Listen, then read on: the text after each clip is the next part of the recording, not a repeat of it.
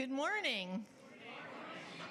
My name is Misa Iwama. I'm the Director of Music Ministry. It's so nice to be here with everyone today. I want to welcome Michael Gilch, who's playing piano. Thank you so much for being here. And here is Reverend Dr. Robin Tanner. And we know that Kit and Rosemary will be introducing themselves too as the people who are helping us with our service. I have a few announcements. One is that we have a congregational meeting today at 12:30. So particularly for members, you'll want to be coming to that meeting. Also, next Saturday, March 21st, Beacon, Hope, and Equity is holding its annual fundraiser called Hope Rising. So we're going to be gathering to celebrate the individuals and the organizations that advance equity and seed hope in our communities. So tickets for that are available after the service. Today, our service is going to be centering around meditation practices. So we want you to know that on Mondays at 11:30 here in the sanctuary, there is a mindfulness group that meets, and you just need to talk to Jessica O'Neill about that. Next Sunday, we have an afternoon music concert. It's a jazz concert of a trio led by Isaiah Thompson, and I'm just going to show you the poster, which our member Helen Kerr created. It's bigger than me. Here's her beautiful artwork. So I want to say thank you, Helen, and say that in terms of refueling yourself, finding some joy, finding your center, and just being in awe of what human beings can do. There's pretty much no better way to celebrate that than to go hear a concert. So I hope that you will consider coming next Sunday. And the last announcement I have is that Pete Lenz is going to be telling you about another new group.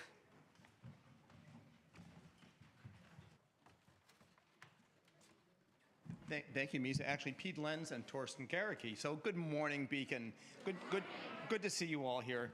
My name is Pete Lenz. I'm an average height, mature, brown-haired and bearded guy dressed in black with a stole because I'm singing today. And this is Torsten. Hi, my name is Torsten. Good morning, Beacon. I'm an elderly white man with, wearing jeans and have glasses and not too much hair anymore, so to give you a visual description. And I'm really happy here to support Pete, and what we're going to tell you about is something that is close to our hearts. Sure. So we're really excited. We really are excited to announce that a men's group is starting here at Beacon. Woohoo, thank you. So this isn't an alternative to our regular community groups. In fact, I am very much looking forward to continuing in my community group and this new group for a very long time, but it's a different kind of space. So George Faison, Torsten Garricky, and I have experience with the Mankind Project, and we'll be leaning into that framework to build a brotherhood here, dedicated to deep listening, mutual support, and purposeful living. Well, the truth is, most of us were raised to not talk about our feelings, especially with other men. In this group, we want to help each other speak our truth. In this circle, you might hear things like, I'm questioning my relationship, and I'm sad. I just don't want to be alone with this right now. Or, I have a doctor's appointment coming up, and I'm really worried about what I'm going to find out. Or, I'm so down on myself. Can you see the gold in me? It's been a rough week. Will you meditate with me? And I had something wonderful happen. Will you celebrate with me? Whether you're navigating a challenge or celebrating a win, there is a seat for you. If this resonates with you, or if you're curious, please come downstairs after the service. We will be in the back corner for a quick meet and greet and share more. We hope to see you there. Thank you.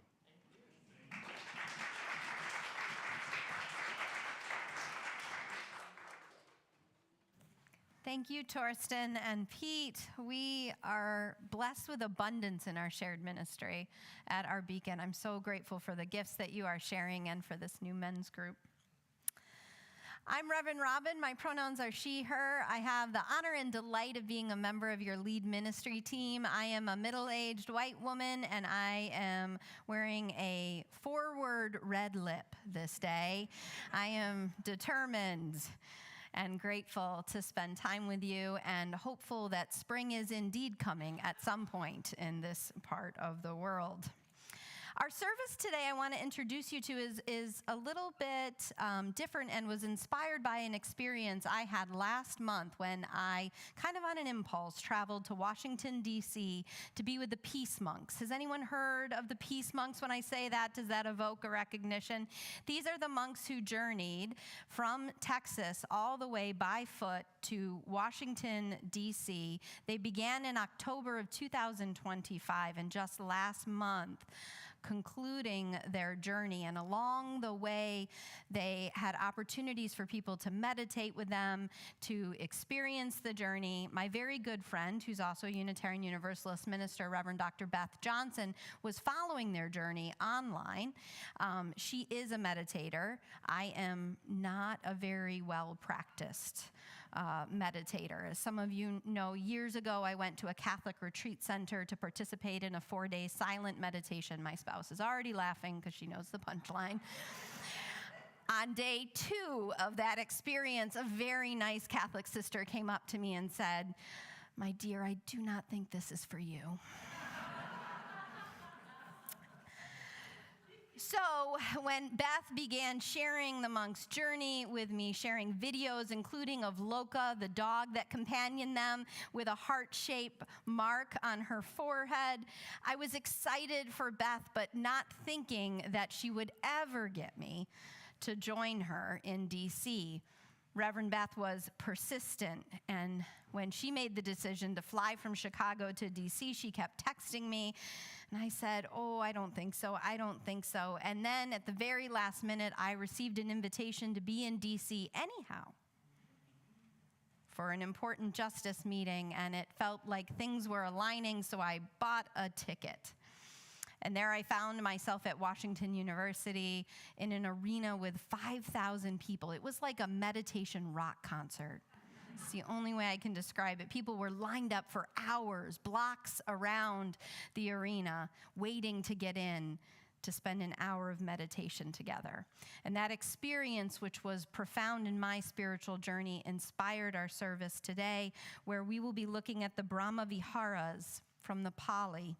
Sharon Salzberg says one way to think of these is Brahma meaning best, and Vihara has a connotation in Pali of dwelling.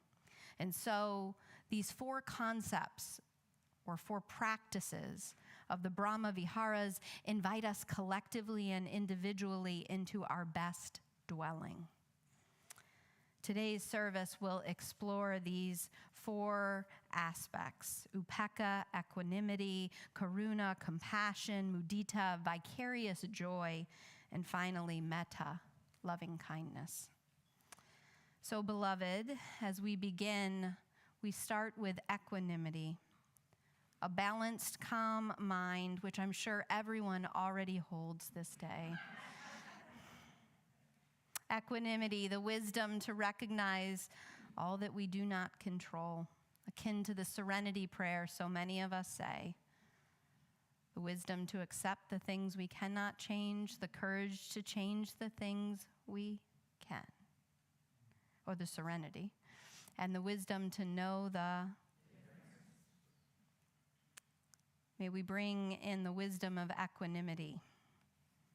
Invite ourselves from the frenzy of our days and weeks, lives and world into a moment of calm and focus. We begin by kindling the light of our chalice and then moving into song and then sharing a time of silent meditation together. Come, beloved, let us be together in our best dwelling.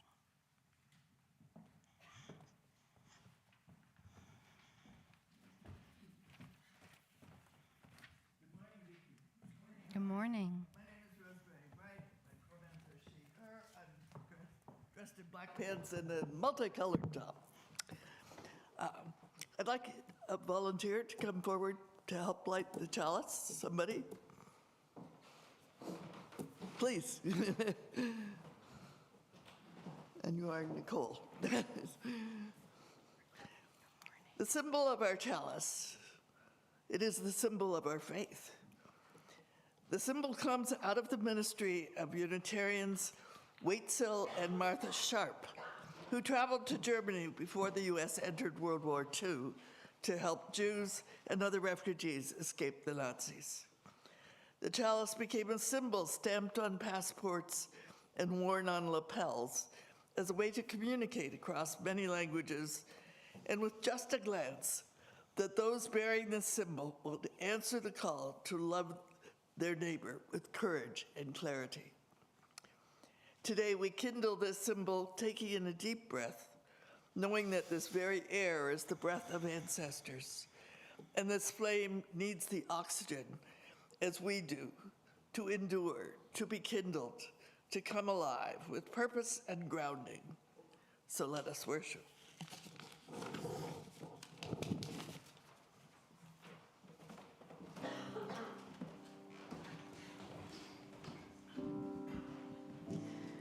We're so lucky to have the choir here today. And right now, the choir is sitting amongst everyone. So we're going to do this first song so that you are kind of doing a sound bath of this meditative song.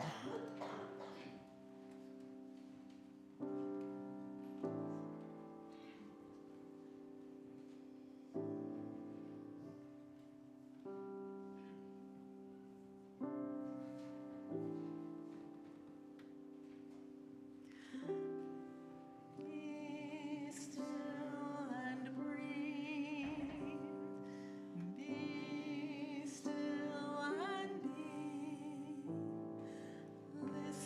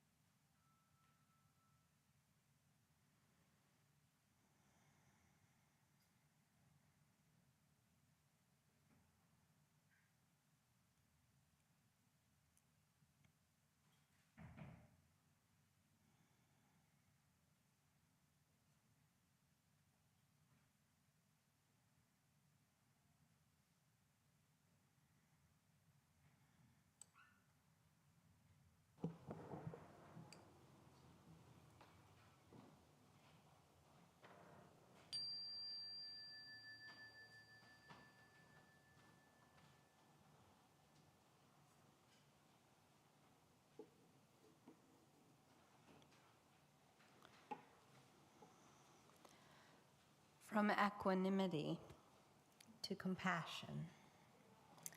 And a Buddhist story, a parable of sorts, one that you may have heard to help us understand the layers and depths of the teachings of compassion. There was a woman whose only child, just a few years old, died suddenly. The woman was in shock and grief, as you can imagine, unable to accept this terrible thing that never should have been. And so she wailed in the middle of her town, carrying the body of her child, unable to accept that he had died. She cried to people to help her, to make things as they were otherwise. And finally, a person who was passing her by, watching her wail, told her there was a teacher that might be able to help her, the Buddha. And so she went to the Buddha, holding the body of her child, begging the Buddha, please, for some kind of relief from this great sorrow, to please help her son, to cure him. And the Buddha listened. And then he offered, I may be able to help you, but I will need you to go back into the village and to find a mustard seed from a house that has not been touched by sorrow.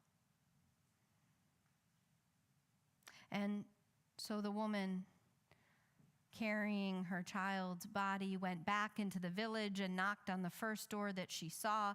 They opened the door, and she explained her plight, that she had gone to see the Buddha, and in order to heal her child, to bring her child back to life, she had to find a mustard seed from a house that had not been touched by sorrow.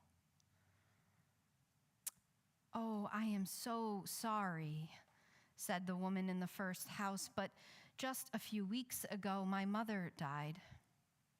And we are deep in the throes of grief. We cannot give you a mustard seed. The woman went to the next house. Again, she knocked. Again, they opened the door. Again, she explained what she was looking for, a mustard seed, but their house could not be touched by sorrow. Oh, I am so sorry, they said. Several years ago, we lost my brother. I'm so sorry I can't give you a mustard seed, because all these years we have been journeying in grief. On and on it went until the woman had knocked on every door in that village, and even though every door had been opened to her, none could say that their house had not been touched by sorrow. And it was then that the woman saw the sorrow woven throughout her community, the vulnerability of being human, and she looked at her beloved son, and she knew.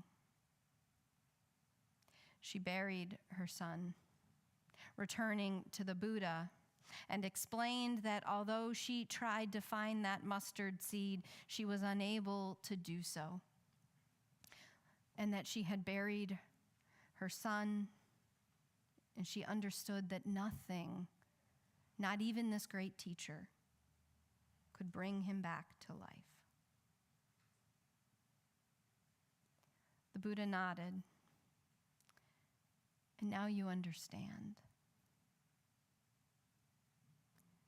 You understand you are not alone, and that the pathway through this great suffering is to journey with the knowledge of our vulnerability, of what it means to be human. The woman wept. And although she was never fully healed from this great loss,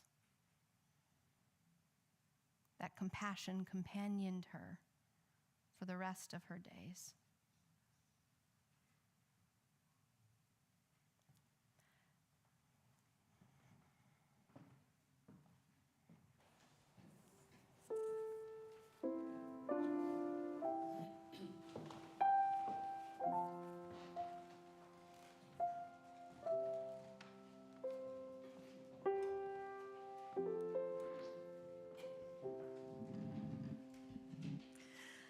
I am sending you light to heal you, to hold you. I am sending you light to hold you in love.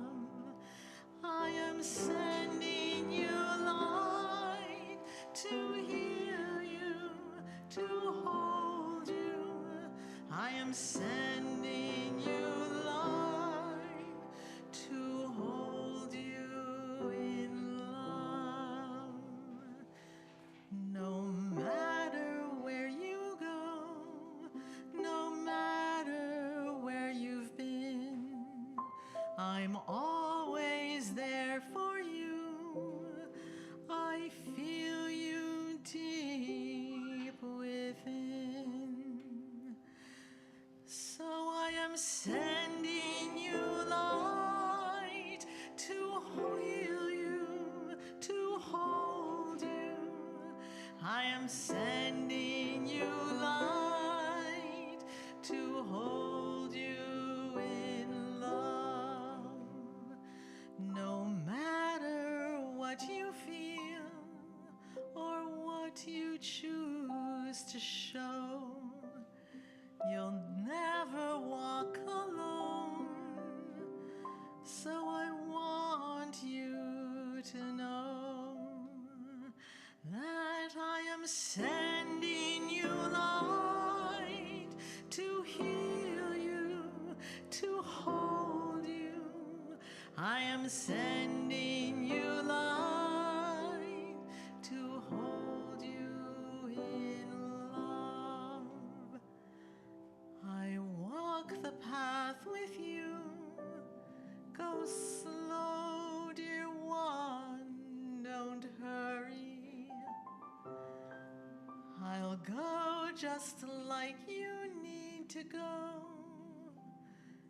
There is no need to worry, 'cause I am sending you light to heal you, to hold you.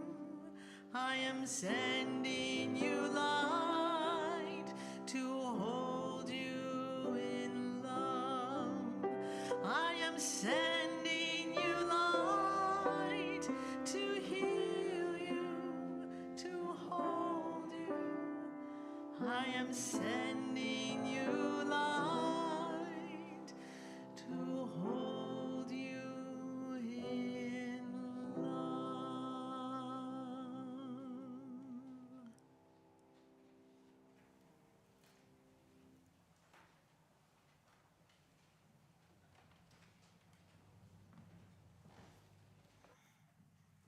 Welcome our chaplain forward, one of our beacons of compassion, the courage to companion. Good morning. My name is Kit Stinson. I use she, her pronouns. I have the honor of serving as your chaplain this morning. As a visual description, I'm about 5.5 feet tall with short white hair. I'm wearing an off-white sweater and a gray skirt. But since today is Academy Awards Day, I should probably tell you who I'm wearing. But I can't, because I cut all the labels out of my clothes because they itch, you know? So you can just imagine. And more important, I'm wearing the burgundy-colored stole that identifies me as a Beacon chaplain. As chaplains, we're trained to create sacred space for connection and healing. We practice deep listening with compassion and without judgment. All conversations are held in strict confidence. If you'd like to be connected with a chaplain, Please speak with anyone on the ministry team or look for the link in Neon News and on the Beacon website. Chaplains also lead the weekly candle lighting ritual. Today, we light a candle of sympathy for the Franklin family. John Franklin, father of Josh and Chloe, passed away last Tuesday morning. We light a candle of sympathy for Clara Jenkins, whose father, George Franklin Sproul, passed away this week. We light a candle of sorrow for the dozens hospitalized and the dozens more who were displaced by a devastating fire in an East Orange apartment building. We light a candle of celebration for our senior youth as they manage busy lives of school, theater programs, new track and field seasons, and the challenges of growing up in unsettling times. We light a candle of protection for Mayor Mamdani and his family as they face threats to their life and safety. We light a candle of peace and compassion for our Islamic neighbors. May we be a light of good faith and practice, especially as we come into this season of Ramadan. We light a candle for all of the lives taken by war. We know that lighting a single candle can't stop a war or protect houses of worship like Temple Israel in Bloomfield, Michigan, or schools like Old Dominion University in Virginia, or a girls' elementary school in Iran. When we light candles together, we're reminded that we aren't alone, either in our fear or in our joy. So we light a candle of hope that this gathered light will reach everyone who sits in darkness. And before I invite you forward, Reverend Robin is going to lead us in a newer ritual that we're using. Beside me are ribbons in 3 colors: purple, black, and yellow. This is our ritual of bearing witness, and a part of compassion is in all that we cannot fix in this moment to continue to have the courage to bear witness, to not turn away. Our first ribbon, the purple ribbon, is a ribbon of witness representing 1,000 people detained by immigration this day across our country, 1,000 of the 70,000 in total.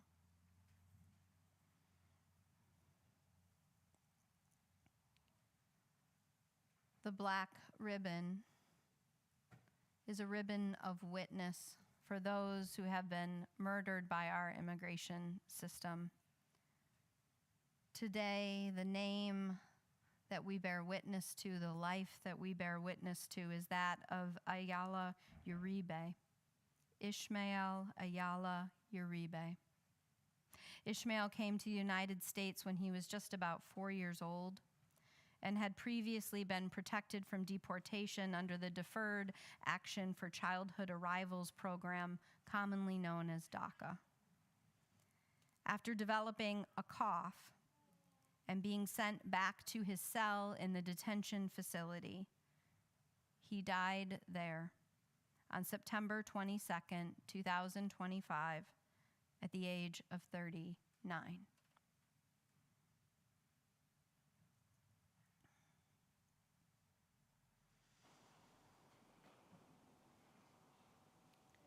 Our final ribbon of witness this morning is the yellow ribbon, which is for all of the children, one ribbon for each of the 170 children who are detained in the United States right now in Dilley, Texas, some of them as young as 2 months old.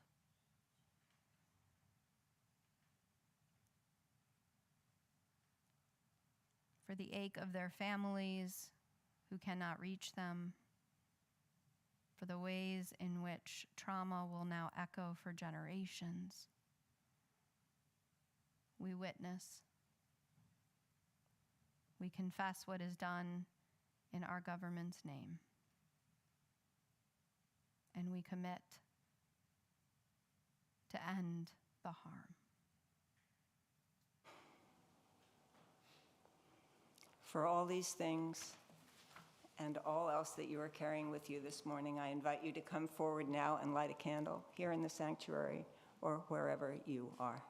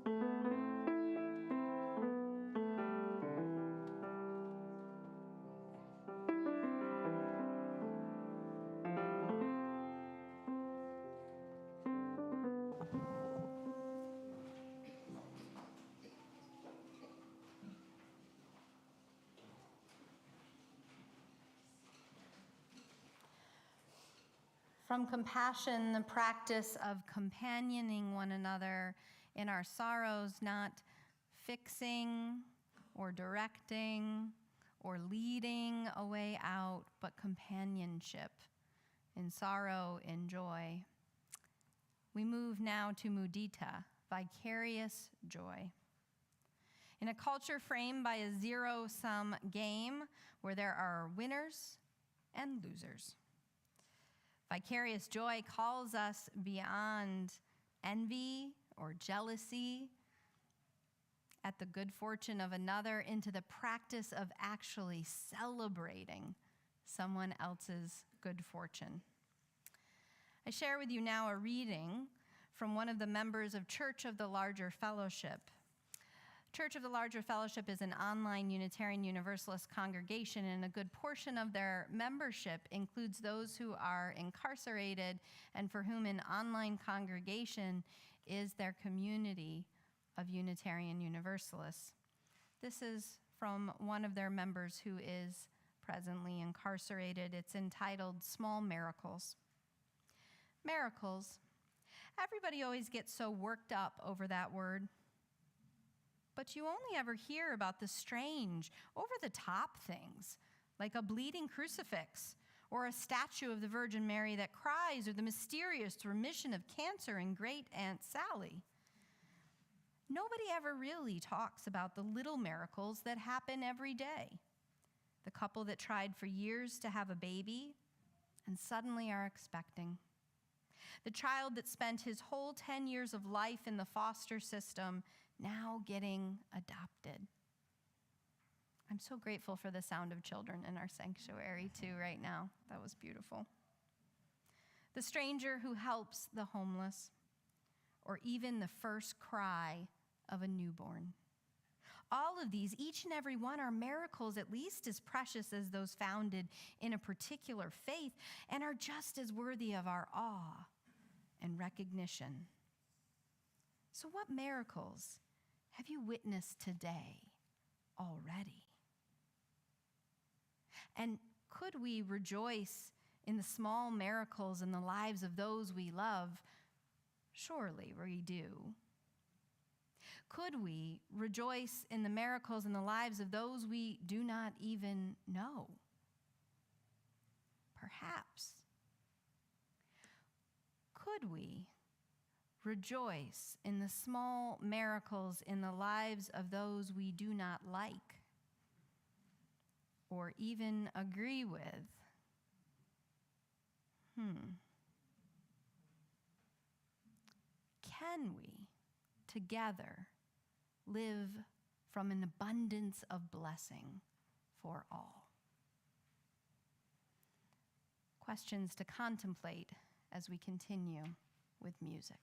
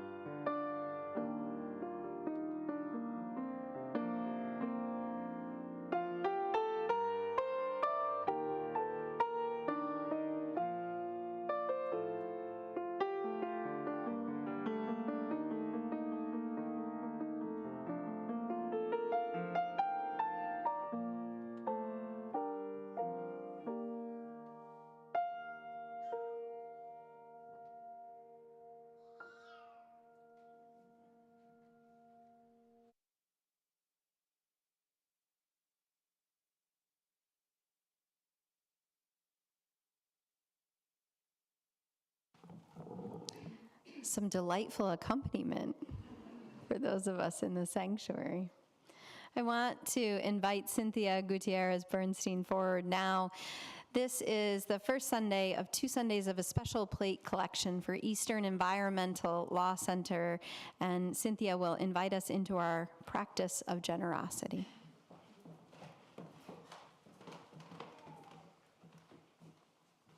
Good morning. My name is Cynthia Gutierrez-Bernstein.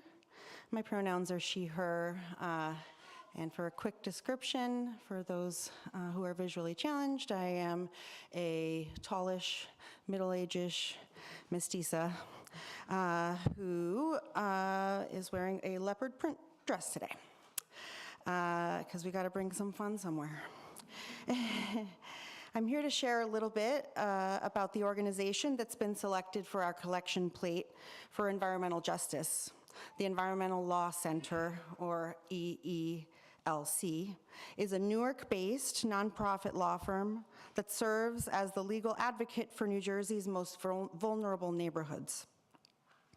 We are living in a moment where the very foundations of our systems are being tested, where the rules designed to protect the vulnerable often seem to be shifting under our feet. For our neighboring communities in Newark, Camden, and across our state, an anchor for them is the Eastern Environmental Law Center. They understand a fundamental truth. Justice is not just a feeling, it's a right that must be able to be defended and protected in a courtroom. We refuse to accept a reality where overburdened communities, neighborhoods historically and systematically sidelined, continue to bear the brunt of our state's pollution. We must acknowledge the reality of environmental racism, the fact that for generations, polluting industries have been disproportionately cited in communities of color. Our commitment to these neighbors is about more than advocacy. It's about restoring the right to a clean and safe environment for everyone. But when a community stands up to protect that right, they're often up against a massive legal machine. EELC is New Jersey's public interest environmental law firm, ensures that a community's lack of wealth or political influence never results in a lack of justice. Your gift today serves as a force multiplier, as EELC provides the essential legal backing for the very allies we have joined efforts with in years past, partners like the Ironbound Community Corporation, the New Jersey Environmental Justice Alliance, Food and Water Watch, and Green Faith. When these leaders fight for their neighborhoods, EELC is there to file the lawsuits, navigate the regulations, and ensure that landmark protections like the New Jersey Environmental Justice Law that was upheld just this past January are actually enforced on the ground. Finally, I want to address the financial need and the value of our support. While EELC goes up against multi-billion-dollar corporations, they do so basically on a shoestring budget. They are a small team operating on less than $700,000 a year, and they're currently facing a budget deficit. As we pass this plate, I invite you to see your gift as an act of solidarity. Your contribution provides legal hours needed to level the playing field and ensure that our neighbors' voices aren't just heard, but are legally binding. Thank you for your generosity of spirit.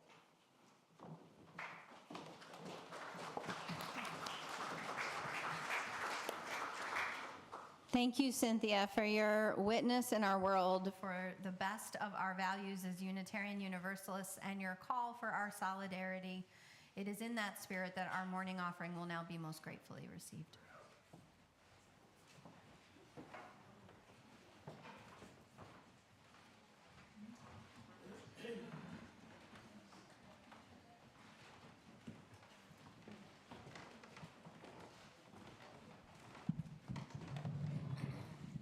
While the choir is getting in place, I'll just say that we're so grateful that you're here today. There's nothing nothing like having a choir to lead us in song. Also, anyone can join. We rehearse on Thursday evenings, but if you let me know, I'll also let you know when the next one-day choir is going to be happening in May. This song that we're about to do is called Ve'ahavta l'reacha kamocha. And it is one of the commandments in the Hebrew Bible. So this is a little bit of a trick question, but can anyone tell me how many commandments there are in the Hebrew Bible? 10. Right, we think there's 10, but there's actually 613. But this is one of the foundational ones. It's love your neighbor as you do yourself. Love your neighbor. So I just want to say, let's dedicate this one to the work that the chaplains do, because they do love everyone as themselves. And I want to say, not only Kit here today is a chaplain, but her husband, Dick Muldoon, who always, it makes me think of him when we sing this song.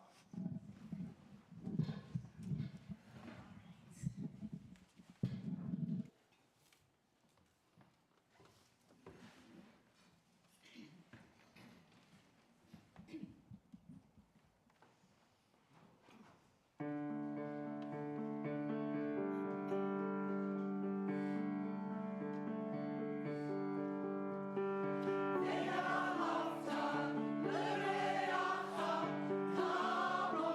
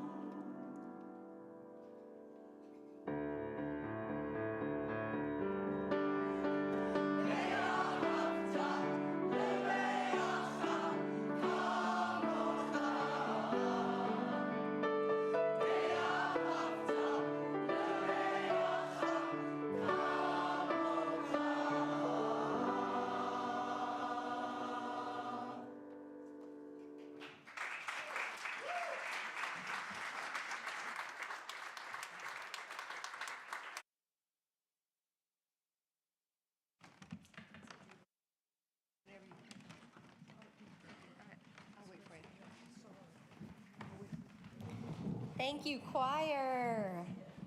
Thank you, Misa, for your direction. Absolutely beautiful.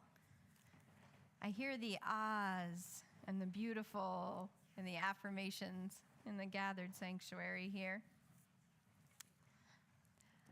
All right, so picture it. I have made my way through the several hour long line, and there I am sitting in the arena with these monks who have just completed their journey and are inviting us into a 1 hour meditation on that fourth concept of the Brahmaviharas, that loving kindness or metta. My friend Beth is beside me, Reverend Beth, who has encouraged me to come to this place knowing that a friendship that has ended has really torn at my heart. She is hoping this meditation will bring some healing. And just as we are invited by the monk to begin the practice of first directing that loving kindness to ourselves and close our eyes, I realize there is an air vent located just above my head that starts blowing. I put on my coat and put up my hood. I am determined. Equanimity. It is then that I hear in this multi-generational gathering the first cell phone drop. And then the next one, and then the next one, and I begin to calculate with 5,000 people gathered here, how many cell phones will drop in the next 2 minutes. I am losing my focus, and then someone coughs, and I swear they have a microphone. As does the person who begins to unwrap a cough drop, crinkle by crinkle. And that equanimity begins to feel like it is dissolving on the floor of the arena. And this is starting to feel more like a sporting event than a meditation. And somehow the monk who is guiding us knows exactly the moment to say, stay focused. And as he does it, it is a balm. It brings me back to center. I close my eyes again. And for the first time since this argument with this friend, I get in touch not only with my anger and my sadness, but the ways in which I blame myself and even feel shame for having trusted this person. I feel the waves of loving kindness going through me. And I feel that knot that has been held so tightly in my heart begin to unravel just a bit, to loosen. We spend 15 more minutes instructed to offer ourselves loving kindness. And it is then that the meditation shifts.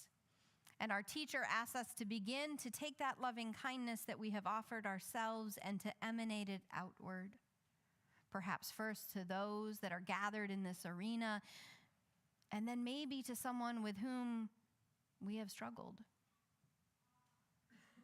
And just as we are beginning to do that, I hear the doors. I'm seated near the doors of the arena, and they open and close, and someone has walked in late. And so my eyes open, not rather consciously, and I see the man, and I notice he's wearing a red hat. And I can make out the letters on the hat. It looks like a T, R, and then there's a P at the end, and I see the numbers 24. And instantly, my mind goes exactly where many of your minds went. And I feel a little bit of fear rise up in me because we have been here meditating together for 20 minutes. And did this person come with ill intent? Is he seeking to harm these peaceful monks that have made this journey from Texas to Washington, D.C.? So much political violence exists in our country right now. And we are being called to emanate loving kindness. Surely, universe, this is some kind of joke right now. The man walks past me and makes his way up into the bleachers where I can't see him anymore, just the very top of the red hat. And it is then that once again our teacher says, stay focused. And I realize I have a decision. Am I going to close my eyes and go back into the loving kindness meditation, or am I going to stop the practice right here and now?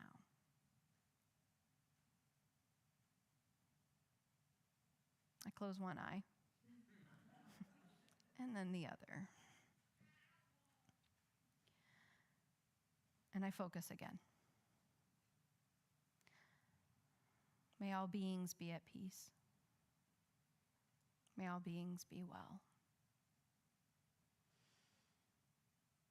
And that sadness and anger I held toward my friend begins to transform. The room itself with these 5,000 people shifts.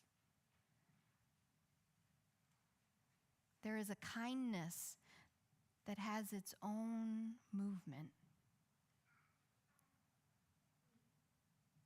And then I become curious about the man in the red hat. What is his story? What has brought him to this place? What might he be seeking? And as soon as we seemingly start emanating this loving kindness, 40 minutes have passed. And our teacher invites us to open our eyes. And he tells us that the monks have brought peace bracelets for us. And it's like Beyonce handing out tickets for a concert. The excitement swells in the room, and we have to be instructed to move slowly, please. And as we move slowly toward the monks who are passing out the peace bracelets, I see the man in the red hat walking down to get one. And it is then that I'm just a little bit closer to him, and I take one more look at that hat.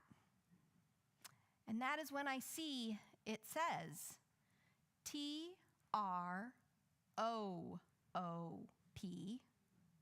Troop 224. He is a Boy Scout leader.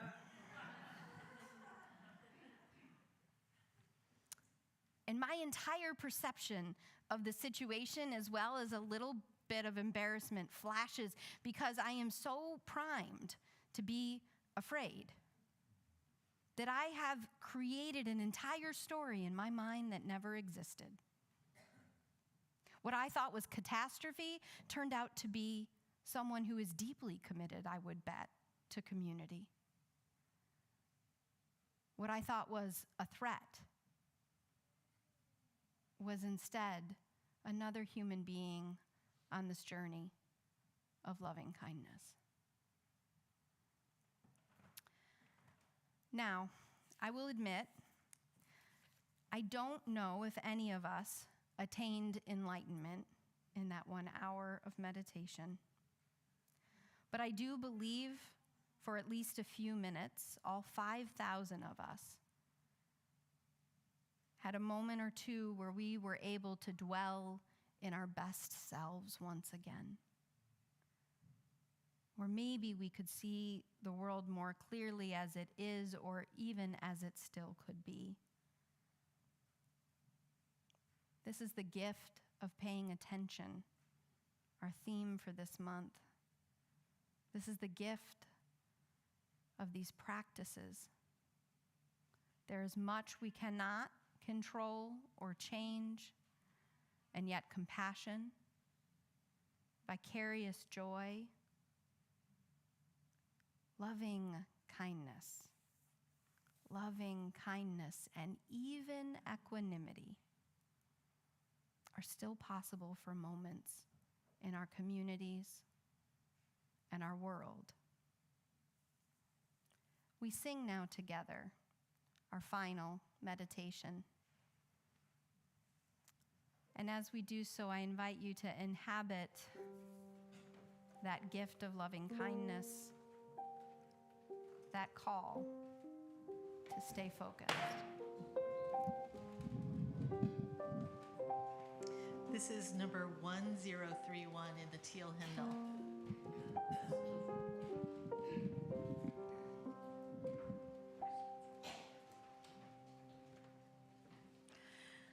May I be filled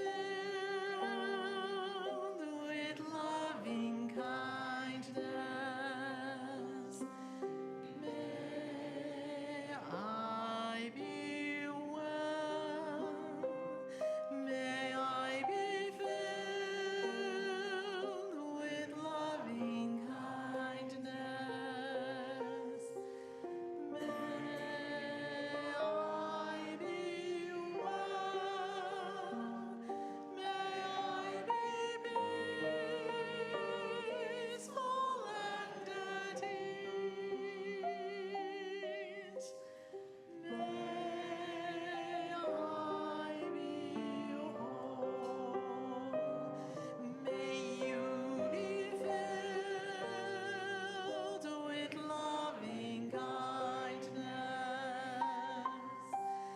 May you be well. May you be filled with loving kindness. May you be well. May you be peaceful and at ease.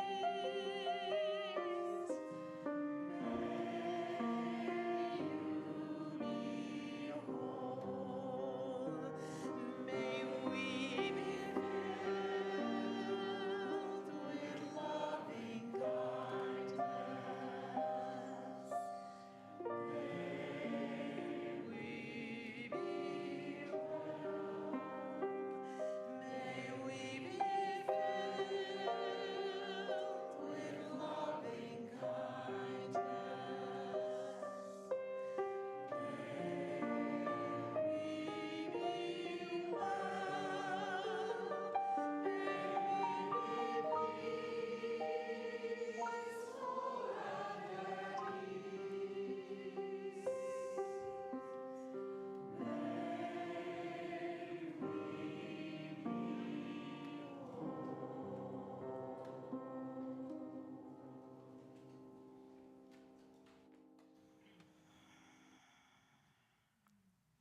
Beloved, would you rise as you are able for our closing benediction? And I invite those online, as you are able, perhaps to extend your hands toward mine.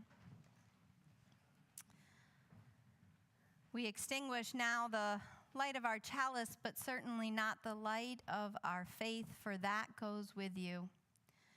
And as you go from this place, may the love that is our source and our ultimate return, may it hold you, may it fill you such to overflowing that you cannot but help but give this love as a gift to all whom you meet, until we meet once more. Go in love and go in peace, beloved. Amen.